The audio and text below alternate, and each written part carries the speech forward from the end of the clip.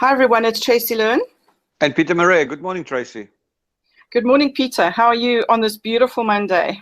No, excited. There's so much happening in the world of politics, in the world of Bitcoin. Everything is looking very, very exciting. I know, it's just amazing. Every single day seems to be something new. Yes. And yeah, today's going to be a very interesting day. Yeah, of course, because we've just found out about what's happening in Italy. And there's a whole lot of reports now, obviously looking to see what's happening to the bank stocks and what have you. But yeah, it's only time will tell now, hey? Well, to tell our listeners, the Italians have rejected the new constitutional changes, so they voted no by almost a 20% margin. That was amazing. 60 to 40%, yes. 60% to 40%. The other thing is, Tracy, today, of course, is the hearing, the Brexit hearing starts. Yes, in the exactly. UK. So there's it's all being live transmitted on BBC and Sky News if anybody wants to watch the UK Supreme Court in action. And it will be the first time ever that all 11 judges of the UK Supreme Court are judging something together. Yes, exactly. Actually, there's a post on our page introducing the judges and who they are, where they come from, and that type of thing. But also, just tell us about Austria. What happened this weekend with Austria? Well, Austria had the reverse thing happening. Previously, the far right guy won the election with a very slim margin, and then they said there was voting irregularities. They had a recount, and then they decided to redo the whole election. So the Austrians had a new election, and now the far right guy lost by a considerable margin, and a more moderate person won. So that's good news for the establishment and for the European Union. But Yes. now the eyes are all on Italy to see what's going to happen there next, because Italy is now going to have a new prime minister, and it's going to be interesting. The next Italian elections is only a few years away, but we might have early elections in Italy as well. Yeah. But I see the European finance ministers already have a crisis meeting about the possibility of a bank run in Italy. So that's going to be interesting. Yeah, very interesting to watch. And anyway, let's get to Bitcoin. And the Bitcoin price this weekend actually went up to past 770, and at the moment it's just dropped about $8.42, 1.1% over the just since this morning. So all eyes on Bitcoin as well. Certainly, there just seems to be more and more bullishness for Bitcoin because of all this that's going on. Yes, I mean, the geopolitical factors are huge factors, but don't forget that most of the demand still with Bitcoin are coming from places like China, India, Nigeria, Venezuela, to name Russia. A few. Russia. Yeah. All the A's. Every country that ends in an A seems to be a Bitcoin buyer. Colombia, Venezuela, Russia, India, and China. Yeah, exactly. So let's talk about China. What about Pretoria? Do you think people are buying in Pretoria? Well, what about South Africa? That's got an A on the end as well. That's true. Yeah. And USA has got an A on the end as well. So actually, there you go. Everybody's just buying Bitcoin. Everybody's buying Bitcoin. China snoops on transactions as a great firewall shifts west. So this is really about, what they're doing in terms of the capital flight. They are saying that anything over any outgoing transaction of over $5 million will be flagged. Well, it used to be 50 million. So what they've done is they've dropped the limits to try to curb outflow of capital. And you were saying about this guy that bought a house of some celebrity that can't pay now because of this. So yes, correct.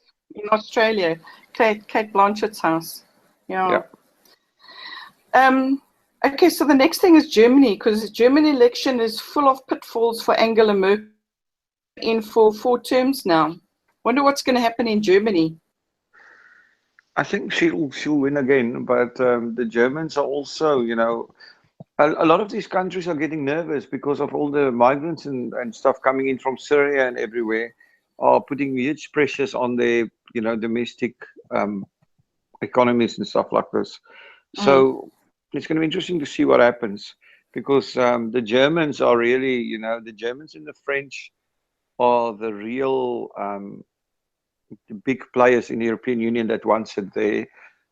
Besides, of course, the Netherlands and the Belgiums and people like that. But the real big countries that's keeping the European Union together are Germany and France.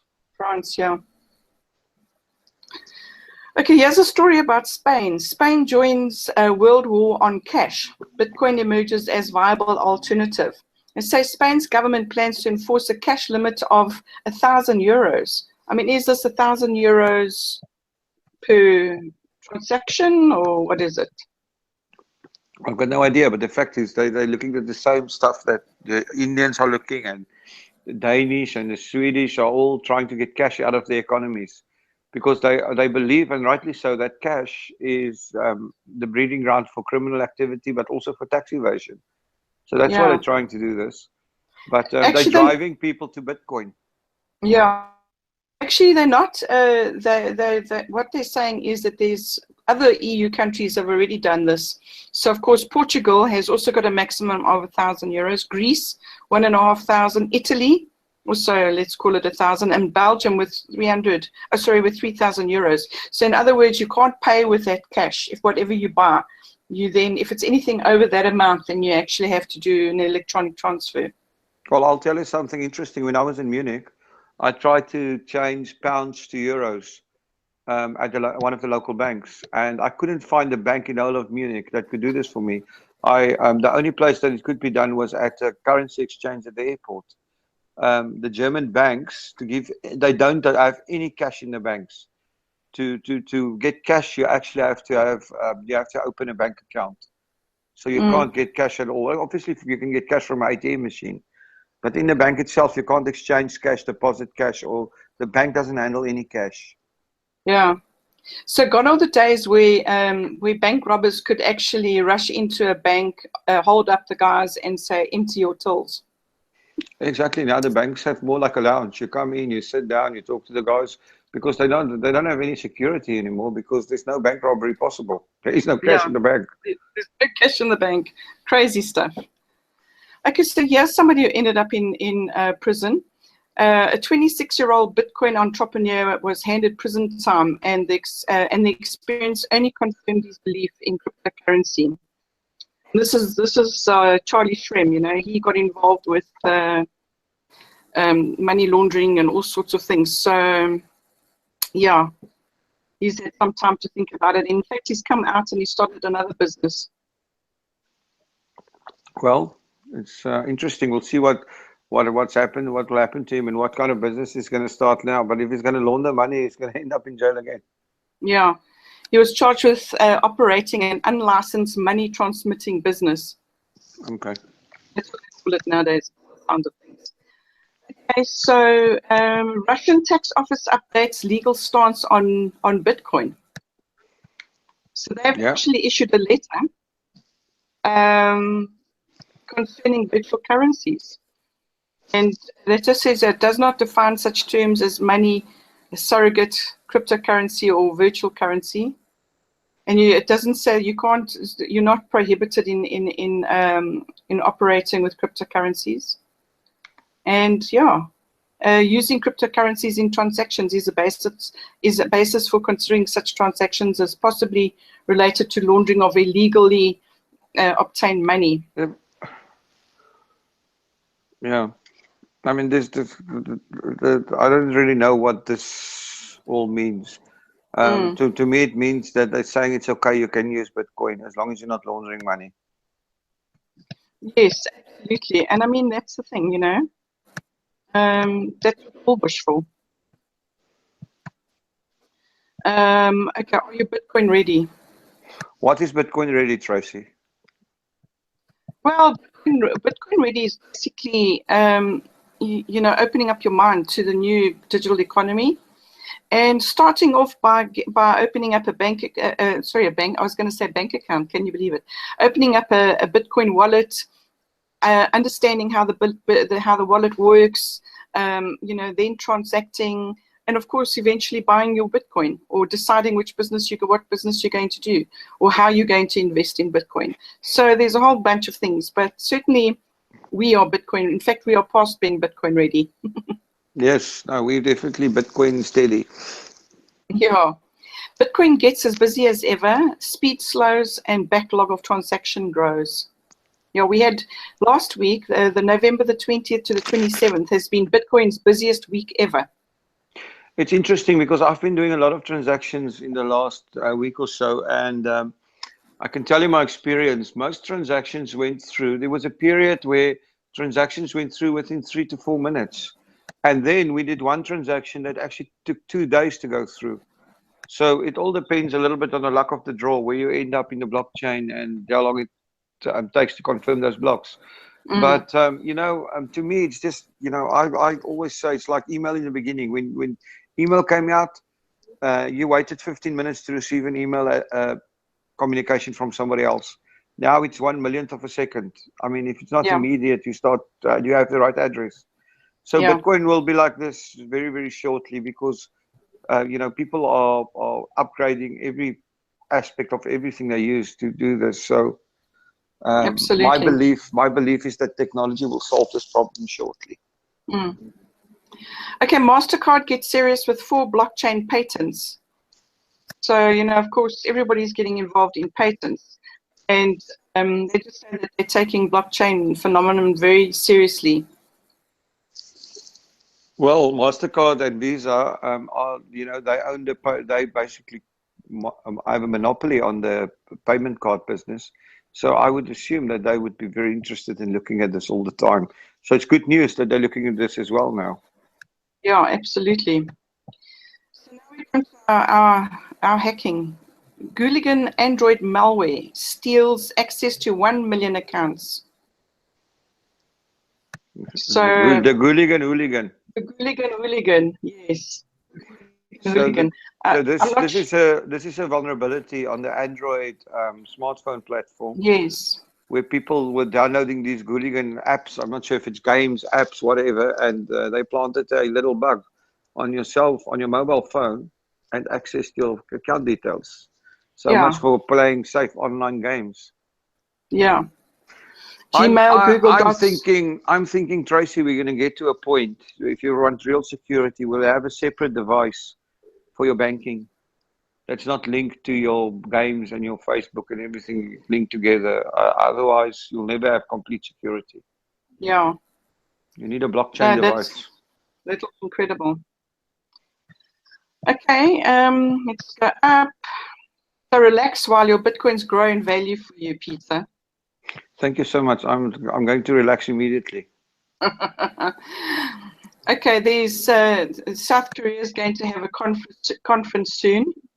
Lots of action happening there, and as we've said before, there's loads and loads of conferences happening, and you just need to find if there's one near you.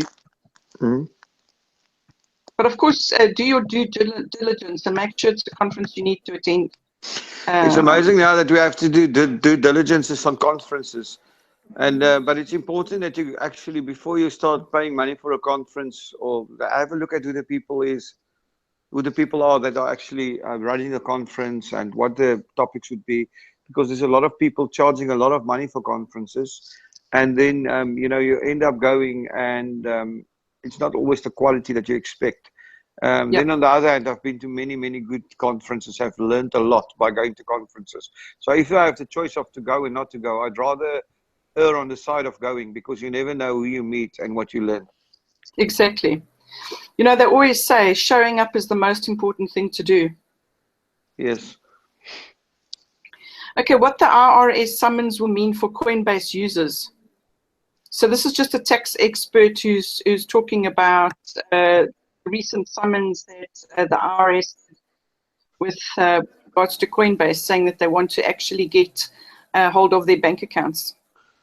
I mean, their Bitcoin accounts. Yes. I mean, this has been in the news the whole week so far. It means the IRS can now summon Coinbase to actually hand over bank accounts. But I just want to explain to people what it means. A summons means that that you are summoned to court to come Mm, explain something. It doesn't mean that your details will automatically be handed over just because somebody issued a summons. What it mm. means is Coinbase have already indicated that they will fight these summonses in court. So we'll see what happens. Yeah, and Finland's central bank explores blockchain technology. Yes. So they're actually working with all sorts of research from universities, various industries. Yeah, so they're wanting to ensure the reliability and efficiency of the payment system and overall financial system, and participate in the development thereof. Well, very, very good. Well done, Finland. Oh. And how about predicting the Bitcoin price and winning? Just so, Tracy, I've been useless at predicting. I've tried predicting. I've tried all kinds of Japanese candlesticks charts. I've tried prophesizing with tea leaves and with throwing all kinds of ancient coins and sticks and bones, but still I cannot predict really. So I don't know. Maybe there's somebody out there that can predict the price. We'd love to hear But from you you. know what? Yeah, we'd like to hear from you. But let me tell you something. Last week I was within $6 of the price. I was the closest one. I'm Do so. you I not mean, do not remember that? I do remember that. I didn't want to mention it because I predicted the price that was so far out. Um, um, I predicted the price at 684, and it went to almost 784. So I was almost $100 out on my prediction. So let's see what happens this week. But the good news is, if you go to that post and you predict there, and you're right, by the time on Friday, we're going to talk about the price again. And if you predicted the price while we're talking on Friday, we'll check the price. And if anybody predicted that price accurately, they will win a tenth of a Bitcoin. Yes, absolutely. So you're definitely worth a prediction. Yes. And also that will accumulate. So yeah, that's fantastic. The next week, if if nobody predicts it correctly, the week after that, it will go up to a fifth of a Bitcoin. So it will be getting better and better. Yeah, fantastic, Peter. So Bitcoin price climbs to highest level in nearly 3 years. I actually saw this yesterday and I was quite impressed. Before this article came out, I was looking at the numbers, and it's very impressive. The way Bitcoin is now these days. Yeah, Bitcoin is making new highs because of all the stuff we've been reporting on: adoption, use, all of these things. And actually, I did a graph this morning, and in the last 2 years, to date, there was an increase of 372%. Well, that's because of the increasing everything from adoption to geopolitical risk. Absolutely. So, yes. And now there's a whole lot of countries that are going cashless. So of course, Bitcoin is up there. Australia, Belgium, Ecuador, India, Kenya, Singapore, South Korea, Sweden. And those are just naming a few. Yes, that's going to be very, very interesting to see what happens next. Yeah. And China, of course, is also now, interestingly enough, because we just spoke about India restricting gold importation. Now China is doing it as well. The Chinese and the Indians are scared of capital flight and of tax evasion. So both of these things are creating these type of responses. Yeah, exactly. And that's the reason why everybody's rushing into Bitcoin. Correct. And Bitcoin is the beginning of the end of the nation state.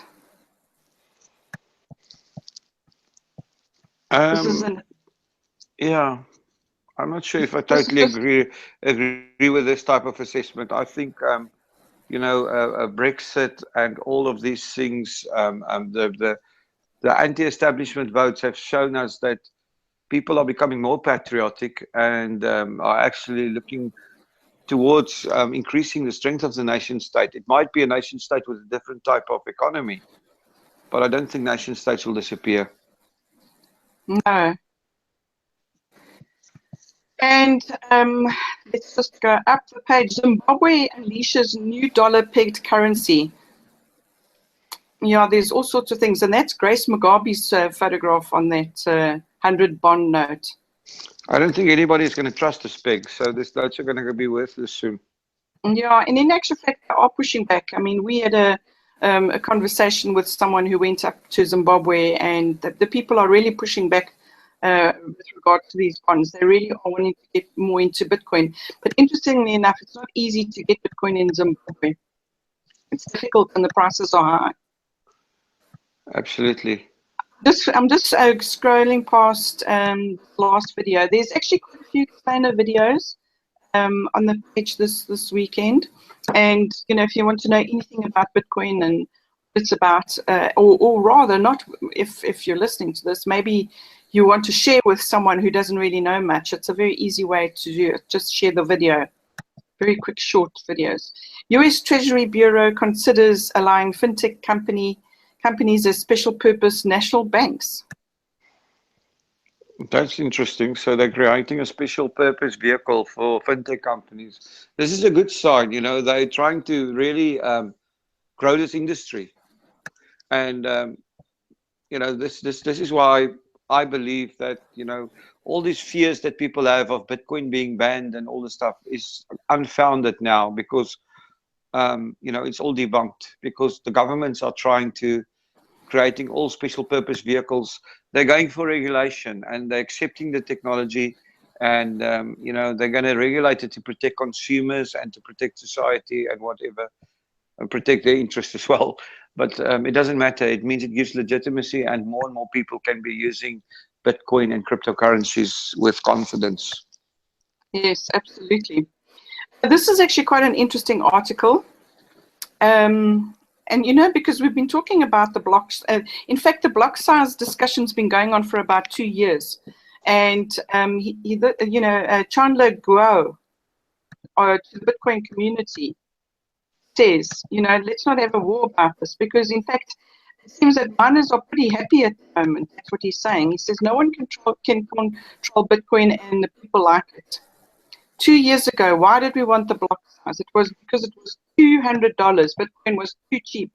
Now Bitcoin is moving up. The price is moving up, which is going to make the fight, or rather the argument for an increased block size, because of the fact that miners are actually struggling to make ends meet, or rather losing profits. Ultimately, economics are determining what's happening, and this is what would happen all along. If it's lucrative to mine Bitcoins, more and more people will buy equipment, mine it, and the transactions will be confirmed faster. If it's less lucrative, so it's all it will all be monitored by price. And I believe very, very strongly that they shouldn't be tampering with any code or anything, and just leave it the way it is. Yeah, definitely. Because I actually think that if they have to change the block size, if I'm right, they have to have a hard fork. Yes. So we know and about we've all hard seen forks. what happened with hard forks with Ethereum. Yeah, we have. They've had 4. Yeah. And one just slipped in. The Ethereum is now forking by itself. Yeah. Austrians reject far right in presidential election. We've just spoken about that. Mm-hmm. And this was an interesting one. How internet email privacy is increasingly threatened by hackers and the government. Well, the biggest hackers of your emails are the government. Yeah. I mean, we've seen over the weekend, there's news that slipped in from the US and the UK that both now have legislation where they can just, you know, read your emails and stuff like that for no reason. Yeah. And, you know, I was actually quite surprised that there have been people that have owned up that they have manipulated and changed Reddit posts as well. So, I mean, everybody, to me, that's really crazy. You know, how can you do that? Yeah, that's, to me, I saw this thing about Reddit, the guy actually changing users' comments. But, Yeah. you know, I'm not a Redditor, so I don't know anything about Reddit. So now I know why. Yeah, exactly. Well, particularly if someone owns up. So these are the judges. I hope they judge fairly. I hope they do. I'm sure they will. Priming, 4 countries priming Bitcoin demand worldwide. Zimbabwe, India, Venezuela, Turkey. And it's really because they need more and more global citizens are finding a hedge from this turbulent economy. In Bitcoin. Yeah, with Bitcoin. Very, very, very, very interesting, isn't it? Yeah. Bitcoin is suddenly becoming the choice currency of the world. Yeah, absolutely. You know what? I found this today. I love this picture. Yeah, exactly. If it's all the same to you, I'd like my allowance in Bitcoins. Well, I'm going to be doing that. I'm going to teach my kids how to take their allowances in Bitcoin. Yeah, definitely. They need to. So this is another guy in prison that's reflecting on his life. But the interesting thing is here, talking about tampering, you know that he was involved in this whole Silk Road, you know, of the drugs and what have you. And what actually happened is there are 2 government agents who went and helped themselves to the Bitcoin that was actually there. And apparently they've just revealed, and it actually just happened this week, or rather last week, that on the 18th of November 2013, someone logged into the accounts on the Silk Road forum, and that was actually not Ross Ulbright himself, because he was already in jail. So they're looking into all of that. But I mean, can you actually imagine that authorities would go in there and nick the Bitcoin? Yes, I can. I mean, Donald Trump's been telling us all along that the FBI is corrupt. And I mean, these guys sitting there, they thought they would get away with it. It just shows you those guys, if they think they can get away with it, they will. Which makes you wonder how much drug money has the FBI stolen over the last 20 years, and why are nobody investigating this? Yeah. Yeah, very interesting, hey, Peter. And of course, here's another cartoon that I thought you might appreciate. You know how you feel all about this Christmas business. Yeah. What is it what you want? Well, I never really get what I want. She wants Bitcoins. Of course she wants Bitcoins. I mean, for me, imagine a wonderful gift, a Christmas gift of Bitcoin. I think it is a fantastic idea. I think so. So maybe, Tracy, you've just invented a new product. We'll create, we'll create a Bitcoin Christmas card that you can send to somebody with your private keys and your wallet embedded into the card. And then you just scan this card with your phone and your Bitcoin goes straight to your wallet. Sounds like a good plan. Yes. Yeah. Order now. Go to bitcoinchristmascards.com. By the way, guys, this is a joke. I don't think bitcoinchristmascards.com exists. If it does, we've just given him a free ad. Well, that's the news for today, Peter. And yeah, it was a great weekend, and we're really looking forward to an even better week ahead, full of exciting twists and turns in the world of Bitcoin. Yeah, exciting twists and turns, you say. Yeah, I mean, there's still a lot of things happening. We'll definitely keep abreast of what's happening here in the UK hearing, although, you know, the hearings are all broadcast live and stuff. I don't think there's going to be any breaking news from this hearing because the Supreme Court decision will only be in January. So they're only going to listen to arguments now. So this is going to be arguments and speculation. And actually, I think it's going to be relatively boring